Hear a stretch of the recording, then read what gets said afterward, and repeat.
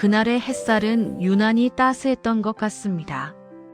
병원 창밖으로 보이는 가을 하늘이 너무나 맑고 푸르렀기에 저는 오늘만큼은 좋은 소식을 들을 수 있을 거라 기대했었죠. 하지만 진료실 문을 열고 들어선 순간 의사의 표정에서 모든 희망이 사라지는 걸 느꼈습니다. 의사는 차트를 덮으며 조용히 고개를 저었습니다. 더 이상 해볼 수 있는 치료가 없습니다. 그 말은 곧 준비하라는 뜻이었고 진료실 안의 공기는 무겁게 가라앉았어요. 남편은 제 손을 꽉 붙잡았고 저는 그저 멍하니 의사의 입술이 움직이는 걸 바라볼 뿐이었습니다. 무슨 말인지 귀에 들어오지 않았어요. 아니, 듣고 싶지 않았는지도 모르겠네요. 6개월 전만 해도 저는 건강했습니다. 아침마다 조깅을 나가고 교회 찬양대에서 노래하며 주말이면 아이들과 공원에 가곤 했죠. 40대 중반의 평범한 일상이었고 그 일상이 얼마나 소중한 선물인지 몰랐습니다. 그저 당연한 하루하루였을 뿐이었어요. 처음 이상 증상을 느낀 건 봄이었습니다. 설거지를 하다가 갑자기 숨이 차올랐고 계단을 오를 때마다 가슴이 답답했죠. 요즘 일이 많아서 피곤한가 보다 하고 넘겼습니다. 비타민을 챙겨 먹고 일찍 자려고 노력했어요. 하지만 증상은 나아지지 않았고 오히려 점점 심해졌습니다. 남편의 권유로 병원에 갔을 때도 별일 아니라고 생각했어요. 과로로 인한 일시적 증상이거나 갱년기 초기 증상일 거라고 생각했죠. 그런데 기본 검사 후 의사의 얼굴이 심각해졌고 추가 검사가 필요하다는 말을 들었습니다. 정밀 검사 결과가 나올 때까지 일주일 정도 걸릴 겁니다. 그 일주일은 제 인생에서 가장 긴 시간이었습니다. 밤마다 천장을 바라보며 수없이 기도했어요. 하나님, 아무것도 아니게 해주세요. 아직 아이들이 어려요. 제가 해야 할 일이 너무 많아요. 하지만 마음 한편에서는 이미 알고 있었던 것 같습니다. 뭔가 심각한 일이 벌어지고 있다는 걸요. 결과를 듣던 날을 잊을 수가 없습니다. 희귀 심장 질환. 빠르게 진행되고 있었고 치료 옵션은 제한적이라고 했어요. 의사는 최선을 다해보자며 치료 계획을 설명했지만 그의 눈빛에서 확신을 찾을 수 없었습니다.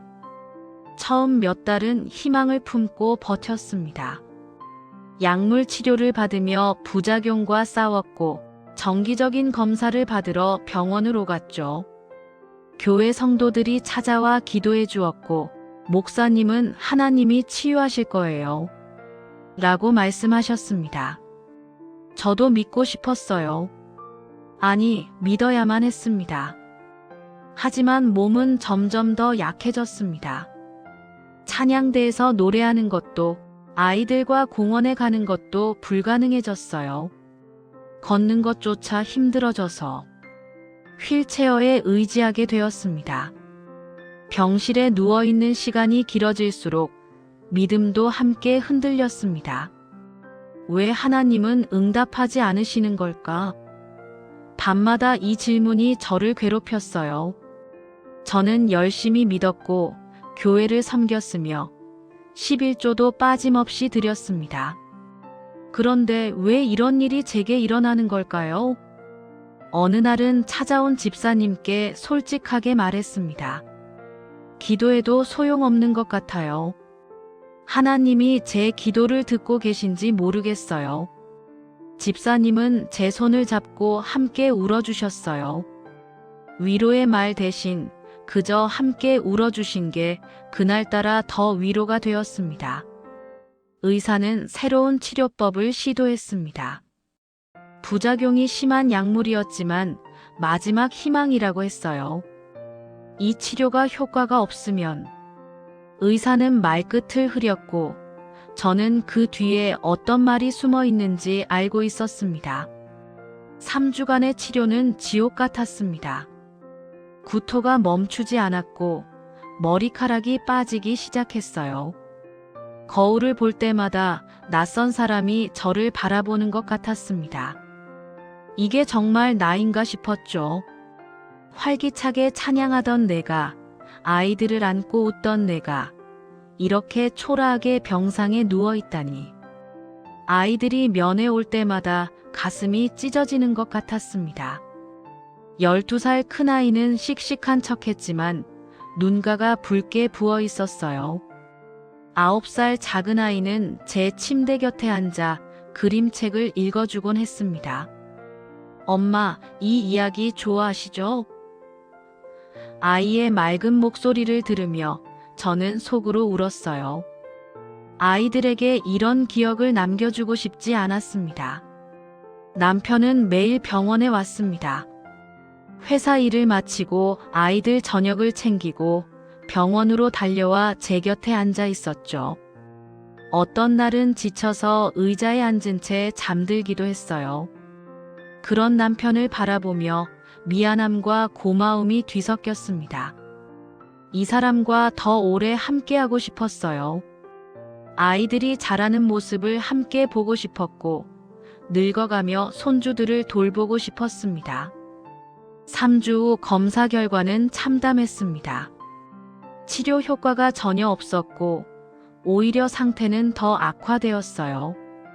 의사는 다른 옵션들을 설명했지만 그의 목소리에는 확신이 없었습니다. 실험적인 치료, 임상시험 참여 가능성. 하지만 모두 마지막 시도라는 말로 귀결되었어요. 그리고 오늘 의사는 차트를 덮으며 고개를 저었습니다. 병실로 돌아온 후 저는 침대에 누운 채 숨을 쉬는 것조차 버거웠고 기도는커녕 하나님을 부를 힘도 남아있지 않았습니다. 남편은 복도로 나가 전화를 걸었어요. 목사님께, 가족들에게, 친구들에게. 그의 떨리는 목소리가 문틈으로 새어 들어왔습니다. 해가 지고 병실에 어둠이 내려앉았습니다. 간호사가 들어와 활력 징후를 체크하고 나갔어요. 창밖으로 보이는 도시의 불빛들이 하나둘 켜지고 있었습니다. 저 불빛 하나하나 아래에는 각자의 삶이 있겠죠. 웃고 밥 먹고 사랑하는 사람들과 함께하는 평범한 일상. 제가 당연하게 여겼던 그 모든 것들. 그날 밤 상태는 급격히 악화되었습니다. 처음에는 숨쉬기가 조금 더 힘들어지는 것 같았어요.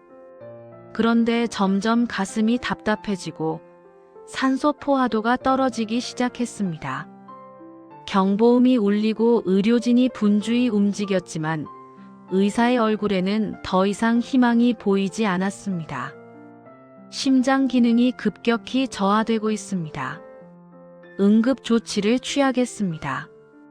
주변이 어지럽게 돌아갔어요. 의사들의 목소리, 기계음, 달려오는 발소리. 모든 게 멀게 느껴졌습니다. 저는 남편의 손을 찾았고 그는 제 손을 꽉 잡았어요. 괜찮을 거야. 괜찮을 거야. 그가 계속 반복했지만 그의 손은 떨리고 있었습니다. 가족들은 복도에서 서로의 손을 붙잡고 울기만 했고 오늘 밤을 넘기기 어려울 수도 있습니다라는 말을 들었습니다. 엄마의 흐느끼는 소리가 들렸어요. 시어머니가 남편의 어깨를 토닥이는 것도 보였습니다. 모두가 이별을 준비하고 있었어요. 의식이 흐려지는 가운데 저는 하나님께 마지막 기도를 올렸습니다. 살려달라는 기도가 아니었어요. 하나님, 제 가족을 지켜주세요. 아이들이 당신을 원망하지 않게 해주세요. 그리고 더 이상 말을 잇지 못했습니다. 그때 교회에 이 소식이 전해졌습니다. 늦은 밤이었지만 성도들이 하나둘 병원으로 찾아왔고 병실 앞 복도는 조용한 기도의 자리로 바뀌었습니다. 누군가는 무릎을 꿇었고 누군가는 떨리는 목소리로 제 이름을 부르며 기도했습니다. 희미한 의식 속에서 그 모습들이 보였어요. 찬양대에서 함께 찬양하던 자매님들, 구역 예배 때 만났던 집사님들, 심지어 얼굴만 아는 성도들까지. 그들은 각자의 집에서 따뜻한 잠자리에서 일어나 한밤중에 병원으로 달려왔습니다. 저는 의식이 희미한 가운데 누군가가 제 손을 잡고 기도하는 온기를 느꼈습니다. 하나님, 우리 자매님을 살려주세요. 아직 이 땅에서 하실 일이 많이 남아 있습니다. 한 집사님의 목소리였어요. 평소에 과묵하던 분이 목이 메어 기도하시는 걸 들으며 눈물이 흘러내렸습니다. 청년부 학생들도 왔습니다. 제가 주일학교에서 가르쳤던 아이들이 이제 대학생이 되어 복도에 모여 찬양을 불렀어요. 조용히, 그러나 간절하게. 주님의 십자가 보혈로. 그 노랫소리가 병실까지 들려왔습니다. 잠시 후 목사님도 병원에 도착하셨습니다. 목사님은 병실 안으로 들어와 제 곁에 서서 아무 설명도 없이 조용히 기도를 시작하셨습니다. 하나님, 이 생명이 주님의 손에 있습니다. 그 기도는 살려달라는 외침이기보다 하나님께 맡기는 고백처럼 들렸습니다. 주님의 뜻대로 하옵소서. 우리가 원하는 것이 아니라 주님이 원하시는 것이 이루어지기를 기도합니다. 하지만 주님, 우리는 이 자매를 사랑합니다. 이 가족을 사랑합니다.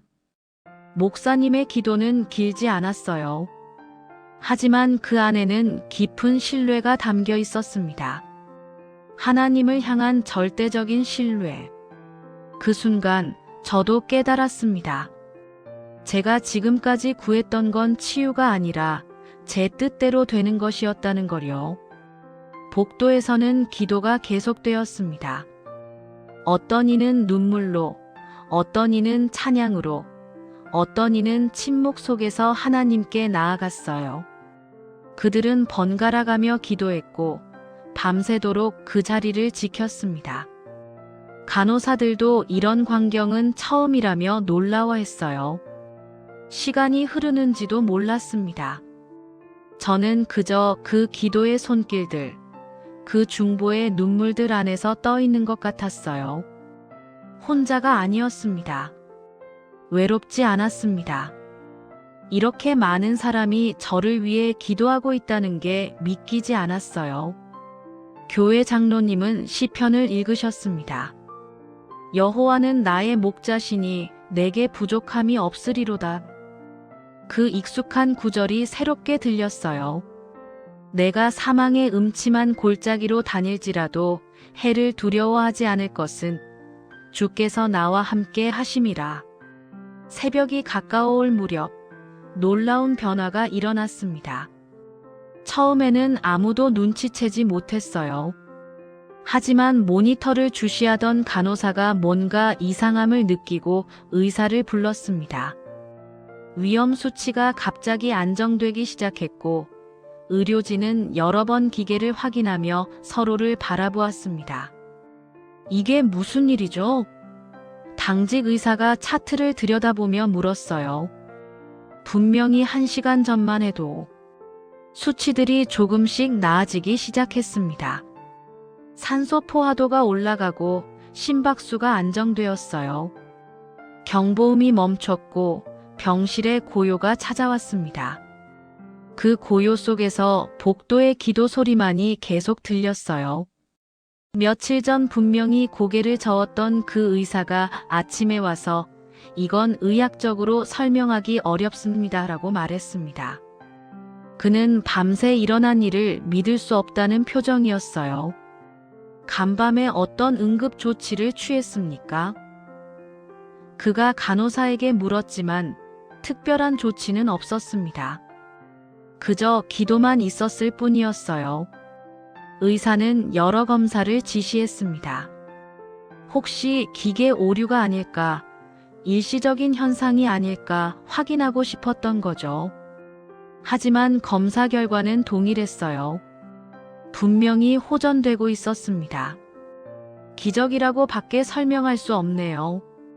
의사가 중얼거렸어요.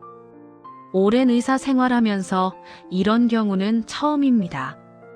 복도에서 기도하던 성도들에게 소식이 전해졌습니다. 누군가 할렐루야! 를 외쳤고 울음이 터져 나왔어요. 기쁨의 울음이었습니다. 그들은 서로를 껴안고 하나님께 감사했어요. 회복은 기적처럼 단번에 이루어지진 않았지만 죽음으로 향하던 흐름은 분명히 멈추어 있었습니다. 그날부터 매일매일이 작은 기적이었습니다. 하루는 조금 더 깊게 숨을 쉴 수 있었고, 다음 날은 스스로 물을 마실 수 있었어요. 일주일 후에는 침대에서 일어나 앉을 수 있었고, 2주 후에는 몇 걸음 걸을 수 있었습니다. 의료진은 계속 놀라워했어요. 보통 이런 경우에는 그들은 말을 잇지 못했습니다. 왜냐하면 이런 경우는 존재하지 않았으니까요. 의학 교과서에도 그들의 경험에도 없는 일이 일어나고 있었습니다. 치료를 담당했던 의사는 솔직하게 말했어요. 제가 할 수 있는 일은 여기까지였습니다. 무슨 일이 일어났는지 모르겠지만 분명한 건 당신이 살아있다는 겁니다. 한 달 후 저는 휠체어를 타고 병원 정원을 거닐 수 있었습니다. 가을이 깊어가고 있었어요. 나뭇잎들이 노랗게 물들고 바람이 시원했습니다. 그 모든 게 새롭게 느껴졌어요. 살아있다는 것, 숨 쉰다는 것, 햇살을 느낀다는 것. 이 모든 게 선물이었습니다. 교회 성도들은 계속해서 방문했습니다. 이제는 기도 제목이 바뀌었어요. 빨리 완전히 회복되게 해주세요에서 이 은혜를 잊지 않게 해주세요로. 그들과 함께 감사 기도를 드리며 저는 진정한 공동체의 의미를 배웠습니다. 2개월 후 드디어 퇴원 날이 왔습니다. 의사는 퇴원 진단서에 원인 불명의 호전이라고 적었어요. 하지만 저는 원인을 알고 있었습니다. 그건 불명이 아니라 의학이 설명할 수 없는 하나님의 역사였어요. 집으로 돌아가는 차 안에서 아이들은 제 양옆에 꼭 붙어 앉았습니다. 엄마, 이제 다시 아프지 않을 거죠? 작은 아이가 물었어요. 저는 아이를 꼭 안으며 대답했습니다. 엄마가 약속할 순 없어. 하지만 하나님이 엄마와 함께 하신다는 건 약속할 수 있어. 시간이 지나 몸은 서서히 회복되었지만 더 큰 회복은 제 믿음 안에서 일어났습니다. 예전에 제 믿음은 거래 같았어요. 제가 열심히 믿으면 하나님이 복 주실 거야. 하지만 이제는 달라졌습니다. 믿음은 거래가 아니라 관계더군요. 하나님이 제 뜻대로 하시든 하나님의 뜻대로 하시든 그분을 신뢰하는 것. 그게 진정한 믿음이었습니다. 그날 저는 깨달았습니다. 이 싸움은 혼자 하는 싸움이 아니었고 이 기도는 혼자의 기도가 아니었습니다. 교회 공동체의 눈물과 중보기도 속에서 하나님은 분명히 일하고 계셨습니다. 6개월 후 저는 다시 찬양대에 설 수 있었습니다.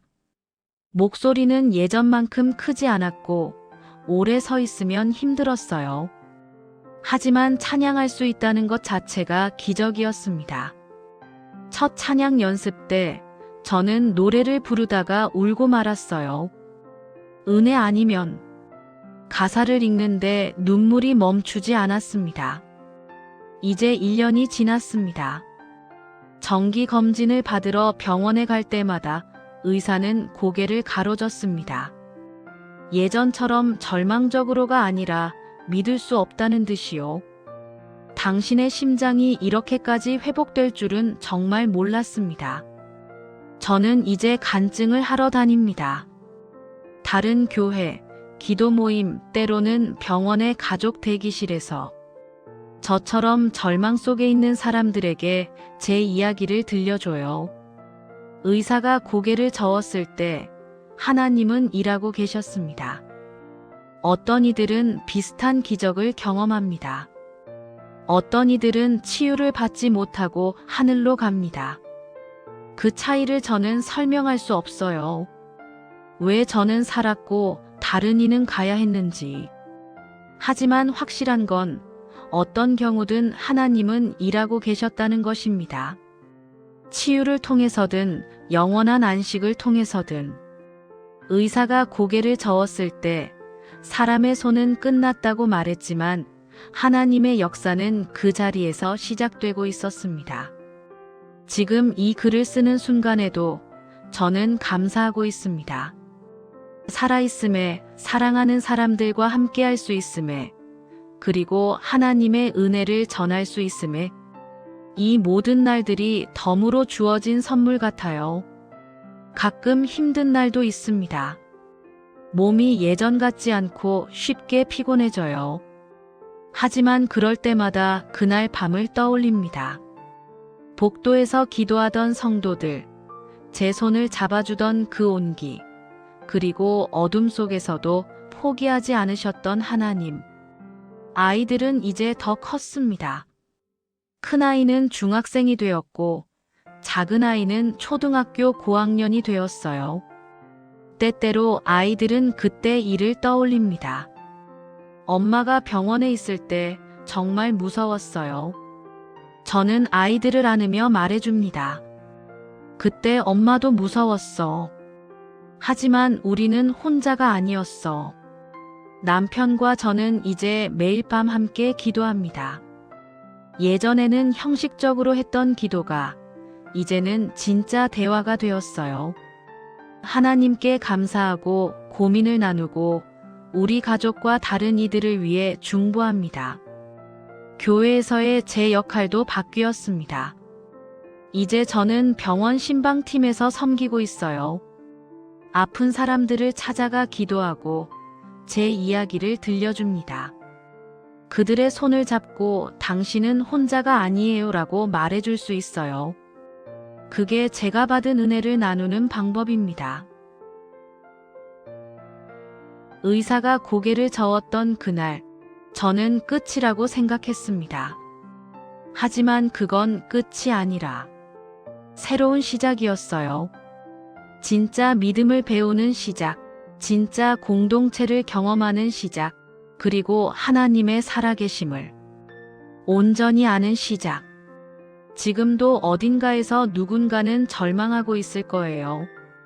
의사가 고개를 저었거나 상황이 희망 없어 보이거나 기도해도 응답이 없는 것 같거나 그런 분들에게 이 이야기가 닿기를 바랍니다. 당신은 혼자가 아닙니다. 보이지 않아도 느껴지지 않아도 하나님은 일하고 계십니다.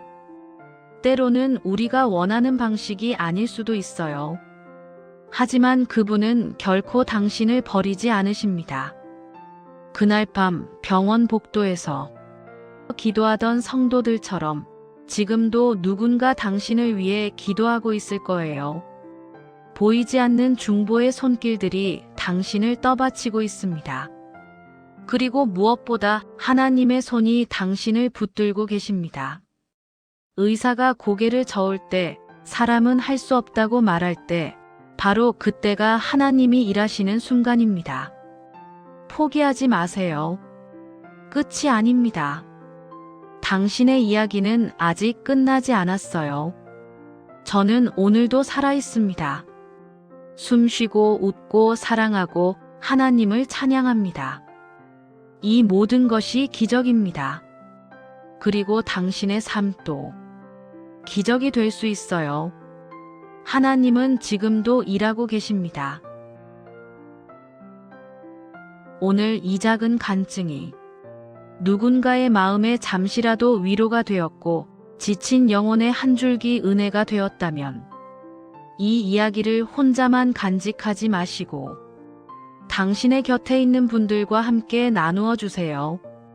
같은 아픔 속에서 지금 이 순간에도 홀로 눈물 흘리며 버티고 있는 누군가에게 이 작은 이야기가 당신은 결코 혼자가 아닙니다 라고 말씀하시는 하나님의 조용하고 따뜻한 음성이 되기를 소망합니다. 이 간증이 계속해서 전해질 수 있도록 구독과 좋아요로 함께 해주시면 큰 힘이 됩니다.